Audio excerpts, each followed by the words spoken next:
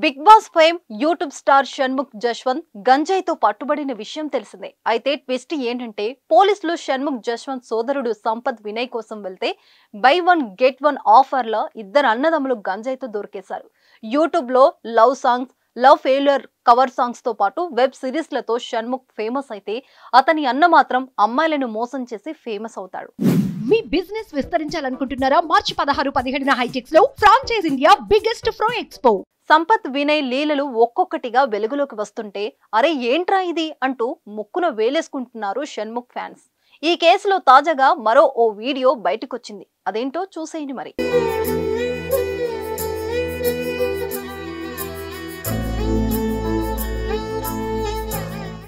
తన అన్న సంపత్ ఓ అమ్మాయిని మోసం చేసిన కేసులో పోలీసులు అతని ఇంటికి వెళ్లగా అక్కడ షణ్ముఖ్ గంజాయి సేవిస్తూ పోలీసులకు అడ్డంగా దొరికిపోయాడు.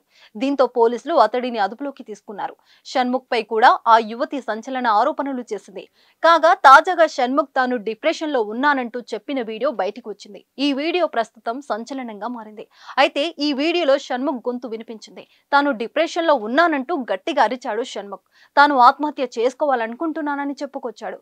షణ్ముఖ్ సోదరుడు సంపత్ కోసం అతని ఫ్లాట్ కు పోలీసులు వెళ్లినప్పుడు గంజాయితో అడ్డంగా దొరికాడు షణ్ముఖ్. ఆ సమయంలో వీడియో తీస్తున్న యువతిని అడ్డుకున్న షణ్ముఖ్ తాను డిప్రెషన్ లో ఉన్నానట్టు చెప్పాడు.